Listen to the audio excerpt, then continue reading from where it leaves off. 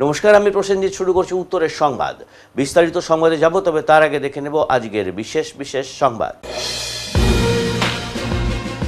Village police থেকে শাসক দলের যুব সভাপতি, সমাজ মাধ্যমে কটাক্ষ বিধানসভার বিরোধী দলনেতার। তৃণমূলের টাকা তোলার মেশিন এই সভাপতি, বক্তব্য বিজেপি জেলা নেতৃত্বের। চাকরি ছেড়ে সংগঠনের দায়িত্ব নিচ্ছেন, দাবি তৃণমূলের। পুরানো রিক্সা স্ট্যান্ডের সামনে প্রশাসনের নো পার্কিং এলাকায় টোটোর ভিড়। টোটো চালকদের দাপটে কোণঠাসা রিক্সা চালকদের পেশা। পুরানো পরিবহন মাধ্যম রিক্সার অস্তিত্ব টিকিয়ে রাখতে প্রশাসনের দিকে তাকিয়ে রিক্সা চালকেরা।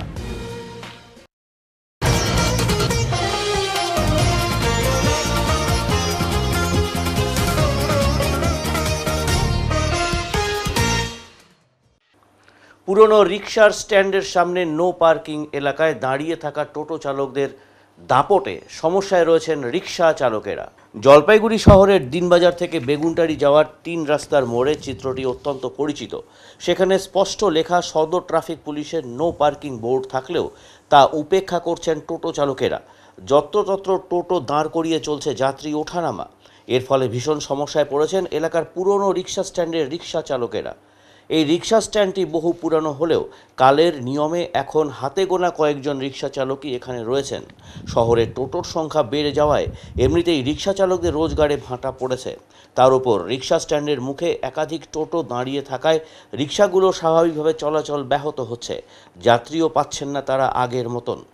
রিক্সা চালকদের অভিযোগ, টোটো চালকদের নো পার্কিংয়ে দাঁড়াতে বারণ করলে তারা পাল্টা ধমক দিচ্ছেন। ফলে রিক্সা চালকেরা কার্যত আতঙ্কেই রয়েছেন। এই পরিস্থিতিতে ক্ষোভে ফেটে পড়েছেন রিক্সা চালকেরা। তাদের দাবি, টোটোর এমন দাপট রিক্সা চালানোর পেশাকে ধ্বংসের দিকে ঠেলে দিচ্ছে।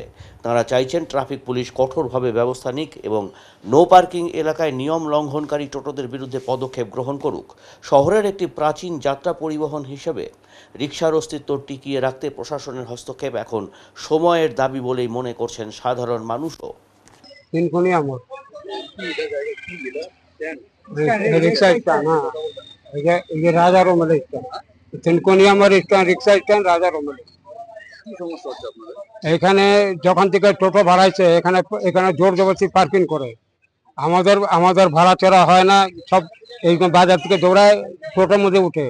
তার মধ্যে টোটোওয়ালাকে না করি এখানে জোর জবরদস্তি এখানে লাগায়। হ্যাঁ হ্যাঁ, এইটা কালকে লাগাইছে, এতদিন লাগায় না। হ্যাঁ হ্যাঁ, 10-15 বছর থেকে ছিল না। না ছিল না, কালকে পিনাকি থেকে বললাম, তারপর এখানে বোট লাগানো হইলে।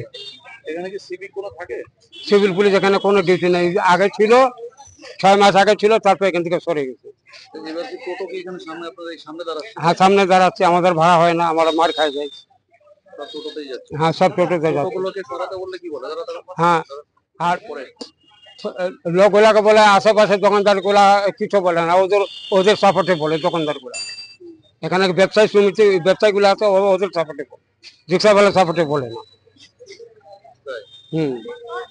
এই হলো মেন প্রবলেম। হ্যাঁ আমরা চাইছি এখানে টোটো না থাকে, এই রাস্তার মুখটা টোটো না থাকে।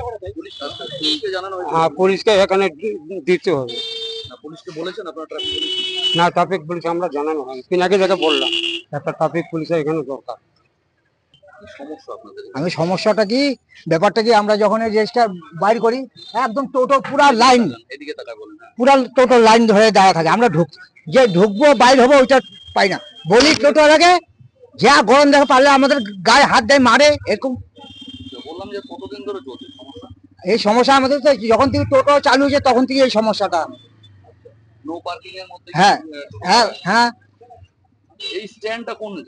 এটা তিনকোনিয়া মোড় রিক্সা স্ট্যান্ড। এটা বহু দিনের রিক্সা স্ট্যান্ড। এটা দিনবাজার তিনকোনিয়া মোড়। এখন মোটামুটি আমরা তো 50-60 জনের মতন এখন আসি এখানে। আরো তো অনেক ছিল। আমরা এইখানে যাতে টোটো না দাঁড়ায়, আমাদের খুব অসুবিধা হয়। আমাদের কি পাবলিকেরও অসুবিধা হয়, ঢুকতে ইয়া করতে, বাইর হবে ঢুকবে, ওদের সাথেও ক্যাচার লাগে, ওদের সাথে ঝগড়া ক্যাচার লাগে, তাও সরায় না, বাজে বাজে কথা বলে। যাতে এই জায়গাটা যাতে ফাঁকা থাকে। হ্যাঁ কতদিন ধরে আপনারা রিকশা চালাচ্ছেন এখানে যারা আছে? আমি তো মোটামুটি 50 বছর, 40 বছর, 45 বছর তো হয়ে গেল। এরকম অনেকেই আছে। হ্যাঁ, এরকম অনেকেই আছে। সমস্যা আমাদের এই স্ট্যান্ডটা মেন হচ্ছে স্ট্যান্ডে যখনই আমরা স্ট্যান্ড করি তখনই দেখবেন এখানে সামনে রিক্সার সামনে বাইক লাগা রাখবে, পেছন দিকে বাইক লাগা রাখবে, যে আমরা তো স্ট্যান্ড করে থাকবো একটা স্থায়ীভাবে, সেই জায়গাটাও আমরা পাচ্ছি না। আমরা চাই যে স্ট্যান্ডটার জন্য আমরা ভালো করে থাকতে পারি, বা রিক্সা একটা ভালো করে বের করতে পারি বা ঢুকতে পারি, সামনেও ভিড় পেছনেও ভিড়। আমরা যদি স্থায়ীভাবে ভালো করে না থাকতে পারি আমরা স্ট্যান্ডটা কোথায় করব? আমরা এইটাই চাই। আপনাদের কোনো কমিটি নেই? আমাদের কমিটি যখন ছিল তখন তো সবই ছিল, তখন তো বোর্ডে পর্যন্ত আমরা ভোটের জন্য পয়সা উঠে আসে জমা করে রাখছি যে বোর্ড তৈরি করে এখানে বোর্ড লাগাবো। যখন বোর্ড লাগাই অনেকে আবার ভেঙে দেয়। হ্যাঁ, কে ভেঙে দেয় এখন রাত্রিবেলা করে এটা বলা যাবে না। হ্যাঁ, এবার আমরা একটা প্রবলেম কি, যে বাইক যেন এখানে স্ট্যান্ড করতে না পারে, আমাদের এইটাই প্রবলেম। বাইক মানে বাইক এবং টোটো, টোটো টোটো আর বের হতে অসুবিধা হয়। খুবই অসুবিধা, এই স্ট্যান্ড করাও খুব অসুবিধা। আগের মতো কি ভাড়া পান টোটো আসাতে? টোটো আসাতে তো একদমই মনে করো ভাড়া নাই, যাও দুই একটা ভাই আমরা চেনাশোনার মধ্যে যেগুলো আসে ভাড়া সেগুলো যায়, বলে টলে যায়, চলো ভাই একটু আগায় দাও। হ্যাঁ, কিন্তু টোটো থাকলে তো হবেই না। কিন্তু আমরা চাই কি টোটো থাকবে না কেন, থাকবে যেন রাস্তাটা যেন ক্লিয়ার থাকে।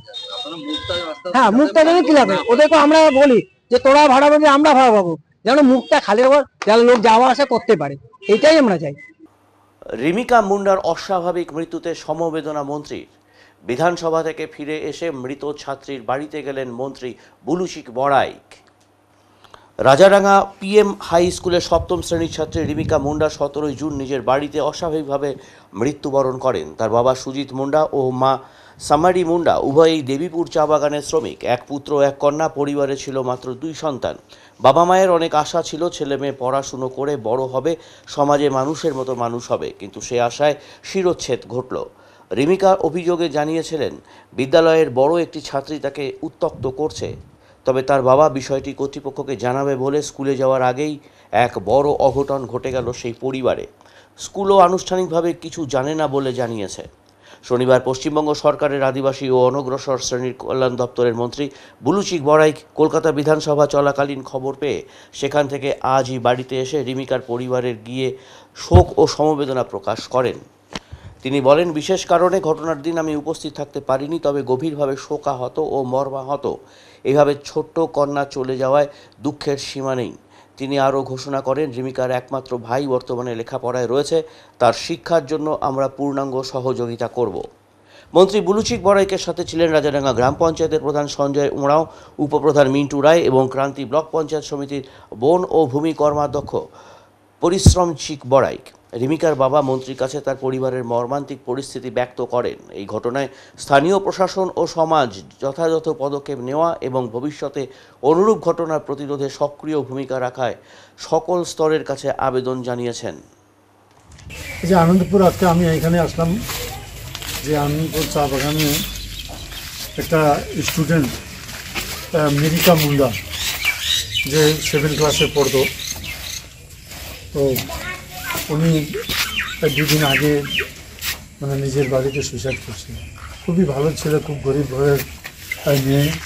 তো আমি আমি তো বিধানসভা চলছিল, তো জানতে পারলাম যে এরকম ব্যাপারটা। আজকে আমি আসলাম ওদের ওই ফ্যামিলির সঙ্গে দেখা সাক্ষাৎ করতে। তো তার একটা ভাই আছে, একটা বোন ছিল, 2 ভাই বোন ছিল। তার মধ্যে বোন তো সুইসাইড করছে, ভাই আছে। এখানে আসার পরে আমি জানতে পারলাম যে সে ভাই একলব্য মডেল স্কুল নাগরাকাটাতে পড়াশোনা করে। তো এটা সত্যি যে খুবই ভালো যে আজকে এটা খুবই গরিব, সে আদিবাসী ফ্যামিলি, চা বাগানে বসবাস করে। তো সুতরাং আজকে সেই সুযোগও পেয়েছে ওইখানে। আমি সেই ফ্যামিলির সঙ্গে কথা বলছি। আর আমি এটাও বলছি সেই স্টুডেন্ট যে এখন একলব্য ইংলিশ মিডিয়ামে পড়াশোনা করছে, ভালো করে পড়াশোনা করার জন্য, যাতে আগামী দিন যদি পড়াশোনা করার জন্য কোনো রকম সাহায্য যদি লাগে আমরা নিশ্চিতভাবে আমাদের পাশে দাঁড়াবো।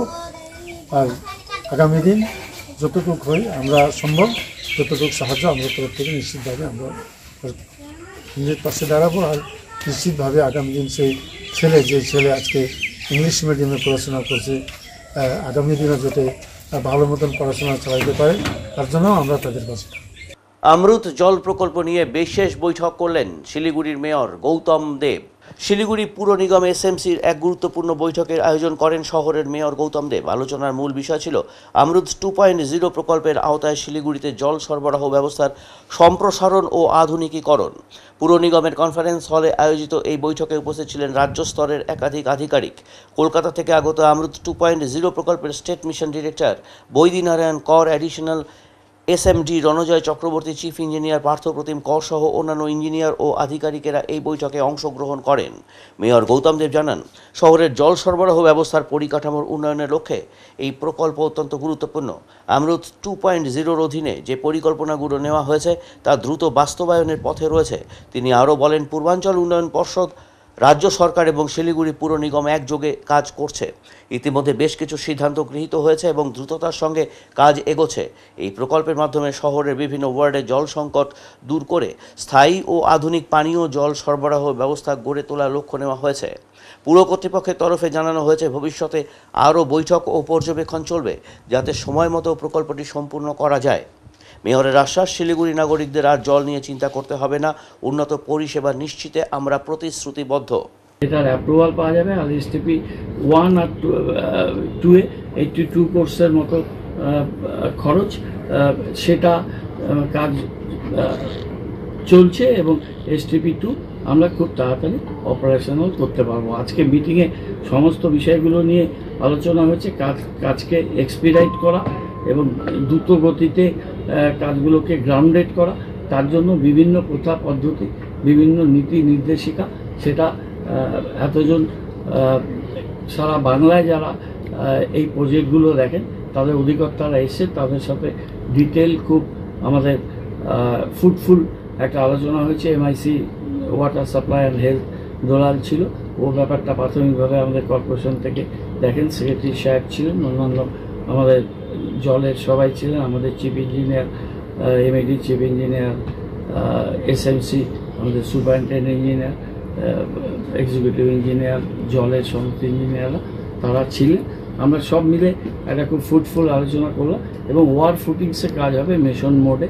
খুব দ্রুততার সাথে মানুষ দেখতে পাবে যে শিলিগুড়িতে জলের সমস্যা আর নতুন জল প্রকল্প এবং কোয়ালিটেটিভ কাজ হচ্ছে। আগে কাজের সাথে এই ওয়াটার সাপ্লাই স্কিমের কাজের অনেক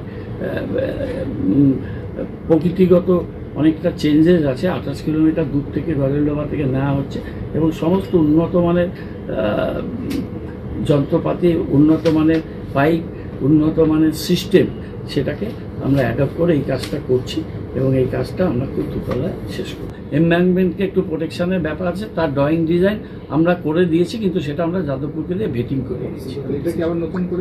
না, সেন্ট্রালের ব্যাপার নেই তো, এটা আমাদের স্টেট ইরিগেশন। সেন্ট্রালে খালি একটাই যাবে, সেটা ওয়াইল্ড লাইফ বোর্ডের আমাদের স্টেটে কমিটি আছে, তাকে হেড করেন মাননীয় মুখ্যমন্ত্রী, সেখান থেকে দিল্লিতে এটা যাবে। না না, ইন্টেক ওয়েল না, সেটা ওই ওয়াইল্ড লাইফ স্যাংচুরির মধ্যে কিছুটা জায়গা পড়েছে। কতটা জায়গা? সেটা খুব বেশি জায়গা নয়। কতটা জায়গা পড়েছে? Sir 0.4 acre.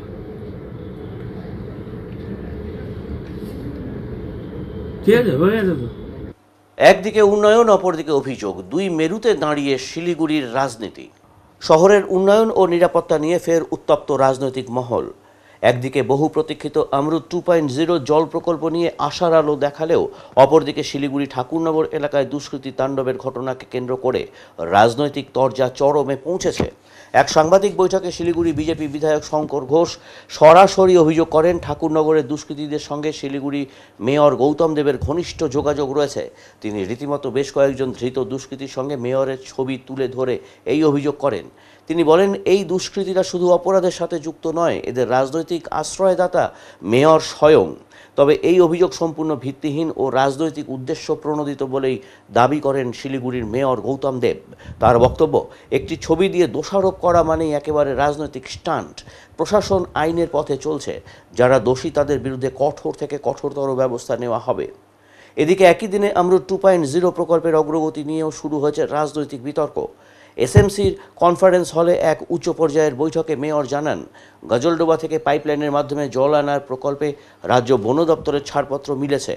এবার কাজ শুরু হবে দ্রুত, উন্নত প্রযুক্তির মাধ্যমে শহরের জল সমস্যা এবার স্থায়ীভাবে মেটানো যাবে। এই মন্তব্যেরও পাল্টা অভিযোগ করেন বিজেপি বিধায়ক শঙ্কর ঘোষ। তার দাবি, এই প্রকল্পের সূচনাকারী ছিলেন প্রাক্তন মেয়র অশোক ভট্টাচার্য। সেই সময় গৌতম দেব নিজেই এই প্রকল্পে আপত্তি জানিয়েছিলেন, আর এখন তিনি নিজেকে মুখ করে সাধারণ মানুষকে বিভ্রান্ত করছেন। রাজনৈতিক পাল্টাপাল্টিতে উত্তপ্ত শহরের রাজনীতি। শিলিগুড়িবাসী এখন দেখছে জল সমস্যার সমাধান মিলবে কিনা। তা কি নিয়েও রাজনৈতিক পাল্টাপাল্টিতে উত্তপ্ত শহরের রাজনীতি। শিলিগুড়িবাসী এখন দেখছে আদৌ জল সমস্যার সমাধান হবে কি না। তার বড় বড় সিকিউরিটি আছে, তিনি অনেক উচ্চ মার্গের কথা বলেন, কিন্তু এই শহরে 2011 থেকে আজকে 25 রাজ্যের সরকার ক্ষমতায় থাকা সত্ত্বেও আজকে মানুষ 5 নম্বর, 4 নম্বর, 1 নম্বর, আমাদের 28 নম্বর, 18 নম্বর এরকম অনেক জায়গা আছে, সেখানে ড্রেনের পাশে স্ট্যান্ড পোস্ট নেই, সেই রকম জায়গার থেকে জল তুলে খেতে হয়। দুর্ভাগ্য যে আমাদের মেয়র সাহেব এত অধ্যত্ত, এত অহংকার, তার মধ্যে তিনি একজন আমার মতন একজন শিলিগুড়ি শহরের বিধায়ক, যা প্রতি মুহূর্ত ওনাকে আমরা সম্মান করি। বর্ষিয়ান রাজনৈতিক নেতা হিসাবে, শহরের প্রথম নাগরিক হিসাবে তিনি প্রতিদিন তার অহংকারের প্রকাশ সংবাদ মাধ্যম, প্রচার মাধ্যমের সামনে করেন। আমরা বয়সজনিত কারণে, শহরের প্রথম নাগরিক হওয়ার কারণে তাকে আজও সম্মান দিই, কিন্তু আজকের দিনে মানুষের কাছে আমি অনুরোধ করব ভেবে দেখবার জন্য যে মেয়র সাহেব কি সত্যি সম্মান পাওয়ার যোগ্য। উনি না করতে পারছেন রাস্তাঘাট, না দিতে পারছেন জল, না দিতে পারছেন বিদ্যুৎ, শহরের উন্নয়ন থমকে গিয়েছে। অন্যদিকে শুরু হয়েছে দুষ্কৃতীদের দাপাদাপি, প্রমোটার রাজ, তৃণমূল কংগ্রেসের তোলাবাজির রাজনীতি। এই রাজনীতির বিরুদ্ধে সামগ্রিকভাবে একদিকে গ্যাং আর পানীয় জলের নিয়ে আরেকবার মেয়র সাহেবের যে এই ধরনের সিদ্ধান্ত, বিশেষ করে অনুমতি ছাড়া কাজ শুরু করবার যে সিদ্ধান্ত নিয়েছিলেন তিনি, সেটা কেন নিয়েছিলেন এর জবাবদিহি মানুষ চাইছে। এই প্রাথমিক কথাটুকু আপনাদের সামনে রাখলাম। বলেছিল কসমেটিক ডেভেলপমেন্ট, এখন ওই ম্যাস্টিক রোডগুলো 10 বছর, 12 বছর, 14 বছর ধরে স্থায়িত্ব দিচ্ছে। এতগুলো অল্টারনেটিভ ব্রিজ করেছি, এই 1 আর 47-এর ব্রিজটা করেছি, সমরনগরে একটা ব্রিজ করেছি, 34 নম্বরে একটা ব্রিজ করেছি, এখন আবার ব্রিজ স্যাংশন হয়েছে ঘুঘুমারি আর 22 আর 36। ফুলেশ্বরী জোড়াপানি নদী পুনরুজ্জীবনের জন্য প্রকল্প নিয়েছি, শিলিগুড়ি জলপাইগুড়ি অল্টারনেটিভ রোড করেছি, এখানে মমতা ব্যানার্জির সাপোর্ট নিয়ে ব্রাঞ্চ সেক্রেটারিয়েট তৈরি করেছি, বেঙ্গল সাফারি করেছি। আমি এইসব অর্বাচীনদের কথার কোনো উত্তর দেব না। লাটাগুড়ি কংক্রিটের জঙ্গলে পরিণত হচ্ছে, ঠিক সেরকমই ডাবগ্রাম ফুলবাড়ির পাশে বৈকুণ্ঠপুর ফরেস্টে কৃষি জমিতে এবং ফরেস্টে আমি এগুলো দেখবো। 4 বছর গ্যাপ ছিল। অধিকার পল্লীর সামনে যে বড় বাড়িটা হয়েছে, একটা রিসর্ট হচ্ছে, সেগুলোও দেখবো কি ফরেস্ট অ্যাক্টের মধ্যে তাদের পারমিসেবল কিছু আছে কিনা। আর অধিকার পল্লীতে যে 34টা ফ্যামিলিকে নিয়ে গেছিলাম, তার উপরে যে রেলের জমিতে আর বেআইনিভাবে যে প্রসাদটা হয়েছে কার আমি জানি না, কিন্তু সেটার বিরুদ্ধে ব্যবস্থা নেওয়ার জন্য আমি প্রশাসনের সর্বোচ্চ স্তরে আমি দরবার করি। এবারে নিচ্ছি ছোট্ট একটি বিরতি, ফিরে আসছি বিরতির পর। সব সময় সব দিকের সব খবর পেতে সাবস্ক্রাইব করুন, বেল আইকনটি প্রেস করে আপডেট থাকুন।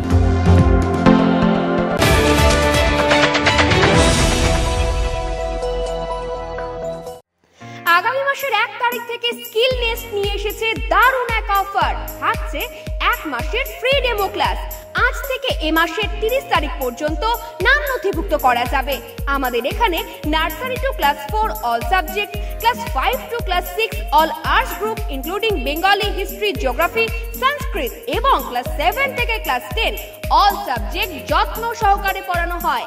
আরো বিস্তারিত জানতে আজই আসুন স্কিল নেস্ট, নয়াবস্তি, 1 নম্বর ঘুমটি, জলপাইগুড়ি। যোগাযোগের নাম্বার 7602790567।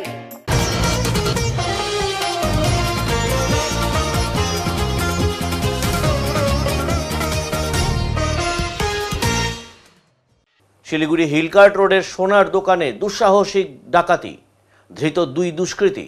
শিলিগুড়ির ব্যস্ততম হিলকার্ট রোডে অবস্থিত একটি সোনার দোকানে রবিবার দুপুরে ঘটে গেল চাঞ্চল্যকর সশস্ত্র ডাকাতির ঘটনা। স্থানীয় সূত্রে জানা গেছে 5 থেকে 6 জনের একটি ডাকাতের দল হঠাৎ করেই দোকানে ঢুকে পড়ে। তাদের প্রত্যেকের হাতেই ছিল আগ্নেয়াস্ত্র। আতঙ্ক ছড়িয়ে পড়ে গোটা এলাকায়। প্রত্যক্ষদর্শীদের বক্তব্য, মুখে কাপড় বাঁধা অবস্থায় দুষ্কৃতীরা দোকানের কাউন্টার, ট্রে এবং লকার থেকে সমস্ত গয়না ও মূল্যবান সামগ্রী দ্রুত গুছিয়ে নিয়ে চম্পট দেয়। ঘটনার সময় দোকানে কয়েকজন ক্রেতাও উপস্থিত ছিলেন বলে জানা গেছে। ডাকাতির খবর পেয়ে ঘটনাস্থলে ছুটে আসে শিলিগুড়ি মেট্রোপলিটন পুলিশের একটি দল। তৎপরতায় অভিযান চালিয়ে পুলিশ ইতিমধ্যে 2 দুষ্কৃতীকে গ্রেপ্তার করেছে। তাদের কাছ থেকে 2টি আগ্নেয়াস্ত্র এবং একটি মোটরবাইক বাজেয়াপ্ত করা হয়েছে। ধৃতদের জিজ্ঞাসাবাদ করে বাকি দুষ্কৃতীদের খোঁজে তল্লাশি চালাচ্ছে পুলিশ। শিলিগুড়ি পুলিশের এক উচ্চপদস্থ আধিকারিক বলেন, ঘটনা তদন্ত চলছে। প্রাথমিকভাবে এটিকে একটি পরিকল্পিত ডাকাতি বলেই মনে হচ্ছে। ধৃতদের জিজ্ঞাসাবাদ করে আমরা বাকিদেরও খুব দ্রুত ধরে ফেলতে পারব। এই ঘটনায় এলাকায় চাঞ্চল্য ছড়িয়েছে। ব্যবসায়ী মহলের মধ্যে আতঙ্কের পরিবেশ সৃষ্টি হয়েছে এবং নিরাপত্তা ব্যবস্থা আরও জোরদার করার দাবি উঠেছে।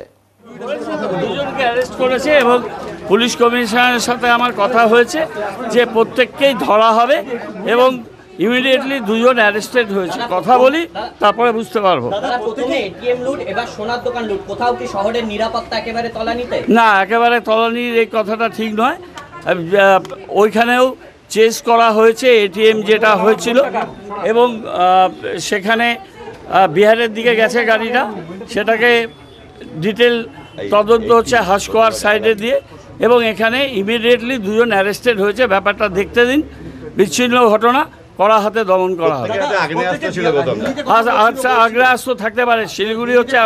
শিলিগুড়ি এমন একটা জায়গা সাউন্ডেড বাই সেভারাল বর্ডার্স। হিন্দিতে কথা বলছিল এবং এরা স্থানীয় বাসিন্দা কিনা আমার যথেষ্ট সন্দেহ আছে। পুলিশ বুঝতে পারবে কোথা থেকে এসছে, কোথায় ঢুকছে। এই সীমান্তবর্তী জায়গাগুলো রাজ্যে কড়া নজরদারিতে থাকে, কিন্তু একা রাজ্যের পক্ষে সম্ভব নয়। ইন্টারস্টেট নজরদারি আরও বেশি বাড়াতে হবে। হয়ে গেছে যে বন্ধ হয়ে গেছে, আমরা করতে পারবো ওদের থেকে 1-2 দিন বেরিয়ে গেল। ঠিক আছে, বেরিয়ে গেছে, এক এক করে গেল। আমি আবার লক করে দিয়ে বসে আছি। হ্যাঁ, পরে আবার আসতে আমি খুলতে গেলাম, তখনই মানে আমাকে মাত্র ওখানে নিয়ে আসতে, হ্যাঁ, 2 হাত দিয়েই মারছে। কিন্তু ওদের কাছে সবার কাছে গান ছিল। কয়জন ছিল? 7 জন ছিল, তার মধ্যে 2 জন মহিলাও ছিল। মহিলারা কি করলো স্যার আমি বলতে পারবো না। তোমাদের কর্মীদের কি বেঁধে রেখেছিল? আমাদের সবার জিপ দিয়ে হাত বাঁধা ছিল। তারপরে যাওয়ার সময় কি করলো ওরা? যাওয়ার সময় আমাদেরকে বাথরুমে লক করে দিয়ে চলে গেছে। সবাইকে আমরা কোনোভাবে মানে সবাই তো বাথরুমে অ্যাটাচ হতে পারিনি। একদম বেরিয়ে কোনোভাবে ওখান থেকে কতাল বের করে আমাদের জিপ খুলে বাকিটা। আপনারা কজন ছিলেন দোকানের ভেতর? 12-13 জন। তো আমরা 12 জন আর স্টাফ, আমরা সবাই মিলে 12 জন আছি। ডায়মন্ড, গোল্ড সবই নিয়ে গেছে। আপনার নাম? রক্ষিত দেব। আপনি কতদিন থেকে এখানে কাজ করছেন? কতক্ষণ ছিল সব মিলে? আর কিসে এসেছিল, কিসে গেছিল বলতে পারবো? আমরা তো নিচে তো ফলো করিনি স্যার। মানে প্রথমে 3 জন ঢোকে, তারপর বেরিয়েছে, তারপর বাকিরা 3 জন করে ওইভাবেই ঢুকছে। কাস্টমার রেগুলার নরমাল কাস্টমার আমরা কি করে বলবো যে সেটা ওই করবো? এখন আমসের সামনে তো আমরা ফোনটা নরমাল মানে থেকে হিন্দি কথা বলছে। লোডের রিভলভার, লোডের সামনে কিছু বললে আমাদের প্রত্যেককে শুট করে দিয়ে চলে গেছে। সবচেয়ে বেশি মেরেছে তো আমাকে কি সবাইকেই মেরেছে। ঠিক আছে। তৃণমূলের জলপাইগুড়ি জেলা যুব সভাপতি নিজে একজন ভিলেজ পুলিশ। সমাজ মাধ্যমে কটাক্ষ বিরোধী দলনেতা শুভেন্দু অধিকারীর। জলপাইগুড়িতে তৃণমূলের যুব সভাপতি হওয়াকে কেন্দ্র করে কটাক্ষের বাঁধ রাখল না বিরোধী দলনেতা শুভেন্দু অধিকারী নিজে। তিনি তার ফেসবুকের মাধ্যমে একপাশে সে পুলিশের চাকরির সঙ্গে নিযুক্ত ছিলেন, অন্যদিকে বর্তমানে তৃণমূলের জলপাইগুড়ি জেলা যুব সভাপতি বলে তীব্র ভাষায় তৃণমূল কংগ্রেসকে আক্রমণ করেছেন। তিনি যেমন ফেসবুকের মাধ্যমে এই নিয়ে সরব পড়েছে রাজ্য রাজনীতিতে। জলপাইগুড়িতে ভিলেজ পুলিশ হোক কিংবা সিভিক ভলেন্টিয়ার, বারবার একই পদে নিয়োগ নিয়ে তৃণমূলের বিরুদ্ধে স্বজন পোষণের অভিযোগ করেছে বিরোধীরা। জলপাইগুড়ি জেলা তৃণমূল নেতৃত্বের একটি পদক্ষেপ সেই অভিযোগে কার্যত মান্যতা পেয়ে গেল। ভিলেজ পুলিশে কর্মরত এক ব্যক্তিকে জলপাইগুড়িতে যুব সংগঠনের সভাপতির পদে বসিয়েছে তৃণমূল, আর তা নিয়েই নতুন করে বিতর্ক তৈরি হয়েছে, সরব হয়েছে বিরোধীরা। তবে তৃণমূলের দাবি, রামমোহন রায় নামে ওই ব্যক্তি ভিলেজ পুলিশের চাকরি ছেড়ে সংগঠনের দায়িত্ব নিচ্ছেন। তবে তিনি যে আগে তৃণমূলের সঙ্গে যুক্ত ছিলেন সেটাও মেনে নিয়েছে শাসক দল। রামমোহন রায় ময়নাগুড়ি থানার ভিলেজ পুলিশ হিসেবে কর্মরত। তাকে তৃণমূল কংগ্রেসের জেলা যুব সভাপতি করা হয়েছে। সন্দীপ ছেত্রীকে সরিয়ে দিয়ে তাকে এই পদে বসানো হয়েছে। রামমোহন রায় বলেন, দল আমাকে পদ দিয়েছে, আমাকে ভালো কাজ করতে হবে। আমি ভিলেজ পুলিশের চাকরি থেকে রিজাইন দিয়েছি। আমি দলের হয়ে সবাইকে নিয়ে কাজ করতে চাই। এই বিষয় নিয়ে জলপাইগুড়ি জেলার বিজেপি সাধারণ সম্পাদক শ্যামপ্রসাদ বলেন যে তৃণমূলের যে টাকা তুলতে পারবে সেই যে কোনো পদের নেতা হতে পারবে। তার জন্য ময়নাগুড়ি থানাতে বিশেষ ব্যবস্থাও থাকতো বলে জানিয়েছেন শ্যামপ্রসাদ বাবু। প্রোফাইল পিকচার, তার যে সোশ্যাল মিডিয়ার প্রোফাইল পিকচার আছে, তার ফ্যান ফলোয়ার, সেটা গিয়ে শুধু দেখবেন। যেখানে তিনি ফ্যান ক্লাব রেখেছেন, যে এসপি ডিএসপি আইসি সকলে তাকে গার্ড করে চলছে, তিনি মাঝখানে চলছেন। তার ছবিগুলো তৃণমূলের জেলা সভানেত্রী যতগুলো ফিতে কাটতেন না পূজা বা যে কোনো অনুষ্ঠানে, তার চেয়ে বেশি তিনি উদ্বোধন করতেন। এর থেকে বোঝা যায় যে আঙ্গুর থেকে কি আঙ্গুর ফুলে কি করে কলা গাছ হয়েছে। পুরস্কার স্বরূপ তিনি যুব সভাপতির দায়িত্ব পেয়েছেন। কারণ হচ্ছে সামনে 26-এ নির্বাচন, তৃণমূলের টাকা দরকার, আর টাকা তোলার মেশিন এই যুব সভাপতি যাকে দায়িত্ব দেওয়া হয়েছে। এবং তিনি পুলিশকে সঙ্গে নিয়ে ভিলেজ পুলিশে কাজ করে বিরোধীদের বাড়িঘর যেমন ভাঙচুর করেছেন, তাদের যেমন অত্যাচার করেছেন এবং যে হারে দুর্নীতি করেছেন, পুরস্কার স্বরূপ তৃণমূল এই রামমোহনকে যুব সভাপতি করেছে, যাতে জলপাইগুড়ির থেকে আরও বেশি পরিমাণের টাকা তোলা যায়। এবং যিনি তৃণমূলের সভানেত্রী আছে, তার নেতৃত্বে যে অবৈধ ডাম্পারগুলো চলছে, যার কালেকশন তিনি করছেন, এখন রেট আরও বেশি বেড়ে যাবে, আরও কালেকশন করে তিনি পাঠাবেন। আমরা এর আগে প্রতিবাদ করেছিলাম, প্রতিবাদের দরুন এসপি সাহেব তাকে ক্লোজ করেছিলেন। ক্লোজ করে তার বিরুদ্ধে তদন্ত হয়েছিল। পুরস্কার, তদন্তর ফল এই পুরস্কার। বুঝতেই পারছেন যে যত বেশি কালেকশন দেবে সে তত বেশি বড় পদ পাবে। এটাই তৃণমূল, এটাই টাকা মারা কোম্পানি, এটাই তোলাবাজ তৃণমূলের প্রকৃষ্ট উদাহরণ। যে যত বেশি কামাই করবে, কামাই করে কালীঘাটে পাঠাবে, তার পদ তত বেশি হবে। দীর্ঘ কয়েক বছরের সমস্যা সংস্কারহীন একটি সেতু। এই সেতুর সংস্কার চাইছেন এলাকাবাসীরা। ভেঙে পড়ছে পিলার, ভেঙে পড়ছে সিমেন্টের চাই। গড়ালবাড়ি গ্রাম পঞ্চায়েত কৃষিবাগান কাঠের ব্রিজ এলাকায় পাঙ্গা নদীর ওপর বেহাল সেতু। এখন বেহাল থেকে বেহাল অবস্থায় পরিণত হয়েছে এই সেতুটি। জলপাইগুড়ি হলদিবাড়ি সড়কে কাঠের ব্রিজ এলাকায় এই ধরনের একটি সেতু রয়েছে, যা দীর্ঘ কয়েক বছর ধরে বেহাল অবস্থায় পড়ে রয়েছে। সেতু রেলিং সহ নিচের পিলার সবই আস্তে আস্তে নষ্টের দিকে যাচ্ছে। বেশ কয়েক বছর আগে এই সেতু সংস্কার হবে বলে এলাকাবাসীরা আশা করেছিলেন, কিন্তু আজ পর্যন্ত এই সেতুর কোনো সংস্কার হয়নি। যদিও এলাকার উপপ্রধান জানিয়েছেন এই সেতুর অবস্থা বেহাল, যখন তখন বড় ধরনের বিপদ হতে পারে। আমরা পুরো বিষয়টি জেলা পরিষদকে জানিয়েছি। তবে এলাকার বাসিন্দারা বলেন এই সেতুর অবস্থা বেহাল ছিল, কিন্তু এখন আরও ভগ্নদশায় পরিণত হয়েছে। আমাদের চলাচল করতে খুবই অসুবিধা হচ্ছে। বিপদ সবসময় থেকেই যাচ্ছে, কখন কি হবে। তাই দ্রুত এই সেতু সংস্কার করলে আমরা খুবই সুবিধাজনক অবস্থায় থাকব। আমার নাম মন্টু সরকার, কৃষিবাগানের বাড়ি। দেখুন, এই ব্রিজটা আমাদের দীর্ঘদিন থেকে অকেজ হয়ে আছে। এই ব্রিজটা মেরামত করার জন্য আমরা অনেক জায়গায় দৌড়ঝাঁপ করেছি, কিন্তু কোনোখান থেকে কোনো রকম সাড়া পাচ্ছি না। এই ব্রিজের উপর আশপাশে প্রায় 5-6টা গ্রাম নির্ভরশীল। এলাকার ছাত্রছাত্রী থেকে শুরু করে কর্মজীবী সাধারণ মানুষ, শ্রমিক, সবাই এই ব্রিজের উপর নির্ভরশীল। প্রশাসনের কাছে আমাদের আবেদন, এই ব্রিজটা যাতে অতি সত্বর রিপেয়ার করা হয় এবং নতুন করে তৈরি করে দেওয়া হয়। এই ব্রিজের উপর এলাকার 5-6টা গ্রামের বাসিন্দা, মিনিমাম 5-6 হাজার লোকের নির্ভর এই একমাত্র ব্রিজ আমাদের। এখান দিয়ে আপনি স্কুলের ছাত্রছাত্রী বলেন, অঙ্গনওয়াড়ি কেন্দ্র বলেন, ICDS বলেন এবং হাই স্কুল বলেন, সবাই যাতায়াত করে। পেশেন্ট, বিশেষ করে যারা প্রসূতি মায়েরা আছে, তাদের পক্ষে খুবই দুষ্কর এই ব্রিজ দিয়ে যাতায়াতের জন্য। যে কোনো মুহূর্তে দুর্ঘটনা করতে পারে। অতএব আমরা চাচ্ছি এলাকাবাসীর পক্ষ থেকে, আমি মন্ত্রী সরকার বলছি, এই ব্রিজটি যথাসম্ভব রিপেয়ার করা হোক অথবা নতুন করে তৈরি করে দেওয়া হোক। কত বছরের পুরনো ব্রিজ? এটা দীর্ঘদিনের পরিচয়। যখন জলপাইগুড়ি জেলাতে খগেন দাশগুপ্ত MLA ছিলেন, তখন একটি কাঠের ব্রিজ তৈরি হয়। পরবর্তীতে নির্মলপুর যখন জলপাইগুড়ি জেলার MLA ছিলেন এবং মিনিস্টার ছিলেন, তখন সেই ব্রিজটিকে পাকা করার সিদ্ধান্ত নেয় এবং পরবর্তীতে সেটি পাকা হয়। সেটা দীর্ঘ বেশ কয়েক বছর যাবৎ অকেজ হয়ে পড়ে আছে। অতএব প্রশাসনের কাছে বিনীত প্রার্থনা, অতি সত্বর ব্রিজটিকে রিপেয়ার করে দেওয়া হোক। এলাকার নাম এটা বাজারটা কাঠের বীজ, গ্রাম কৃষি বাগান, পার্শ্ববর্তী বামুনপাড়া আছে, পূর্ব বড়ুয়াপাড়া আছে, দরগাপাড়া আছে, ঢাবগঞ্জের একটা অংশ আছে, বরমতলের একটা অংশ আছে। এই ব্রিজটাকে ব্যবহার করে। কোন নদী এটা? এটা পাঙ্গা নদী। এই কৃষি বাগানের বাসিন্দা। কি অসুবিধা হচ্ছে বলেন? অসুবিধা হচ্ছে আজকে প্রায় 15-20 বছর যাবৎ এই ব্রিজটার তো বেহাল দশা। নিচে কংক্রিট ধসে যায়, ব্রিজটা মানে ঝুলন্ত অবস্থায় আছে। এখন একটা সাইকেল গেলেও ব্রিজ খাবে। আর এই ব্রিজটা হচ্ছে মেন আমাদের 7টা-8টা গ্রামের মেন যাতায়াতের মেন রাস্তা। মানে এই ব্রিজটা এই বর্ষার মধ্যে যদি কোনো কিছু হয়ে যায় তাহলে এইদিকে 7টা-8টা গ্রামের মানে চলাফেরা সম্পূর্ণ প্রকারে বন্ধ হয়ে যাবে। তো প্রশাসনের কাছে এইটুকুই আমাদের গ্রামবাসী সবার ইসে যে এইটাকে যাতে দ্রুত মেরামতের ব্যবস্থা করা হয়। প্রধান পঞ্চায়েত কি জানানো? প্রধান পঞ্চায়েত, জেলা পরিষদ, পিডব্লিউডি সবাই জানে এটা। এর আগে অনেকবার চিঠি করা হয়েছে, কোনো ব্যবস্থা কোনো এখনও ব্যবস্থা হয়নি। ভারী যানবাহন সেরকম চলাচল করতে পারে না, হালকা কিছু যানবাহন চলে। খুবই অসুবিধা হয়। খুবই অসুবিধা হচ্ছে। কি চাচ্ছেন? আমরা চাচ্ছি এটা দ্রুত ব্রিজটা মেরামত করা হোক। নিচে যে ব্রিজটা যার উপরে বিমগুলোর উপরে দাঁড়িয়ে আছে সেই বিমগুলো কংক্রিট সব চলে আছে। এটা কোন নদী? এটা পাঙ্গা নদী। এলাকাটার নাম? এলাকার নাম এটা কাঠের বীজ কৃষি বাগান। বড়ালবাড়ি জিপি উপপ্রধান। এটা খুব খারাপ অবস্থা জানি, তো এটা তো আমাদের জিপি থেকে করা সম্ভব নয়, যেহেতু অনেক টাকার ব্যাপার। তো আমরা জিপি থেকে জেলা পরিষদে জানিয়েছি, ওনারা এসছেন, এসে দেখেও গেছেন, হয়তো এস্টিমেটে ঢুকিয়েছেন, হবে আগামী দিনে।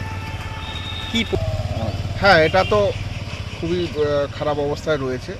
আমরা জানিয়েছি আমাদের ঊর্ধ্বতন কর্তৃপক্ষের কাছে, জেলা পরিষদে জানিয়েছি। আমি ব্যক্তিগতভাবে চিঠি করেছি। ওনারা এসছেন, এসে দেখেও গেছেন। হ্যাঁ, এস্টিমেটে হয়তো ঢুকিয়েছেন ওনারা। আশা করি এই কিছুদিনের মধ্যেই কাজ শুরু হবে। কত বছরের পুরনো এই ব্রিজ? মিনিমাম 30 বছর। না বেশি, 30 বছর। কোনো রিপেয়ারিং হয়নি? না, তার মেরামত হচ্ছে না, রিপেয়ারিং হয়নি। এই এলাকাটার নাম? কৃষি বাগান। কোন নদী এটা? পাঙ্গা নদী। এবারে নিচ্ছি ছোট্ট একটি বিরতি, ফিরে আসছি বিরতির পর। সব সময় সব দিকের সব খবর পেতে সাবস্ক্রাইব করুন, বেল আইকনটি প্রেস করে আপডেট থাকুন।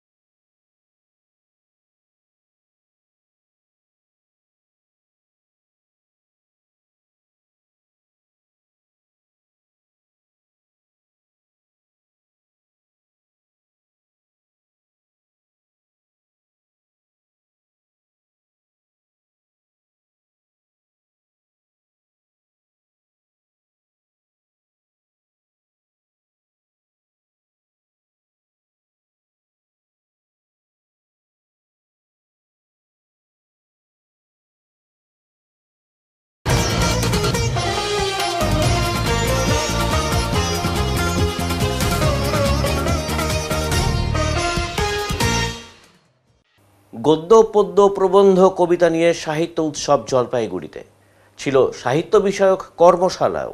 সাহিত্যপ্রেমীদের জন্য এক বিশেষ আয়োজন জলপাইগুড়িতে। গদ্য, পদ্য, প্রবন্ধ, কবিতা উৎসব ও কর্মশালা রবিবার জলপাইগুড়ি সুভাষ ভবনে অনুষ্ঠিত হলো। এই উদ্যোগটি সপ্তর্ষি প্রকাশনের একটি সৃজনশীল প্রয়াস, যা সাহিত্যের প্রতি অনুরাগীদের একত্রিত করার পাশাপাশি নবীন ও প্রবীণ কবিদের মধ্যে সেতুবন্ধন গড়ে তুলতে চায়। পুরো অনুষ্ঠানে কবিতা পাঠ, সাহিত্য নিয়ে আলোচনা এবং লেখালেখির নানা দিক তুলে ধরা হয়। এদিনের এই কর্মশালার উদ্যোগ তিস্তাগুড়ির সদস্যদের, যারা সাহিত্য ও সাংস্কৃতিক জগতে সক্রিয় ভূমিকা পালন করে চলেছেন। গদ্য, পদ্য, প্রবন্ধ শুধু একটি সাধারণ অনুষ্ঠানই নয়, এদিনের এই কর্মসূচির মাধ্যমে সাহিত্যপ্রেমী, শিক্ষার্থী, কবি ও পাঠকদের উপস্থিতিতে এক অন্য মাত্রা পায়।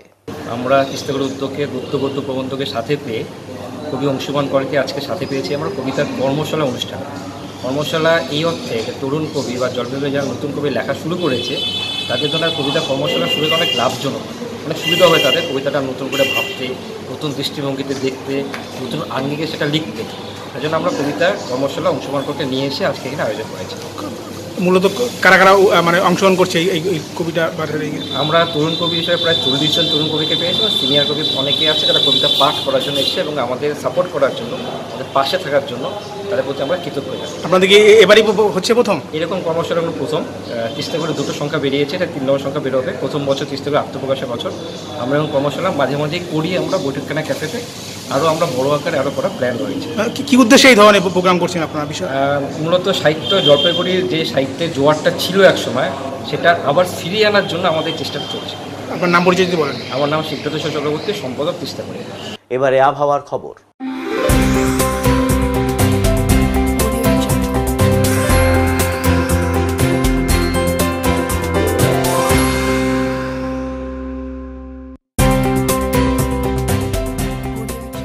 কেন্দ্রীয় আবহাওয়া দপ্তরের জলপাইগুড়ি কেন্দ্র থেকে পাওয়া তথ্য অনুযায়ী রবিবার দিনের সর্বোচ্চ তাপমাত্রা ছিল 34.4 ডিগ্রি সেলসিয়াস ও সর্বনিম্ন তাপমাত্রা ছিল 26.0 ডিগ্রি সেলসিয়াস। গত 24 ঘন্টায় বৃষ্টিপাতের পরিমাণ ছিল 10.6 মিলিমিটার। শেষ করবার আগে আজকের বিশেষ বিশেষ সংবাদ আরও একবার। ভিলেজ পুলিশ থেকে শাসক দলের যুব সভাপতি, সমাজ মাধ্যমে কটাক্ষ বিধানসভার বিরোধী দলনেতার। তৃণমূলের টাকা তোলার মেশিন এই সভাপতি। বক্তব্য বিজেপি জেলা নেতৃত্বের। চাকরি ছেড়ে সংগঠনের দায়িত্ব নিচ্ছেন, দাবি তৃণমূলের। পুরানো রিক্সা স্ট্যান্ডের সামনে প্রশাসনের নো পার্কিং এলাকায় টোটোর ভিড়। টোটো চালকদের দাপটে কোণঠাসা রিক্সা চালকদের পেশা। পুরানো পরিবহন মাধ্যম রিক্সার অস্তিত্ব টিকিয়ে রাখতে প্রশাসনের দিকে তাকিয়ে রিক্সা চালকেরা। উত্তরের মন পরিবেশিত উত্তরের সংবাদ এখনকার মতন এই পর্যন্তই। নমস্কার।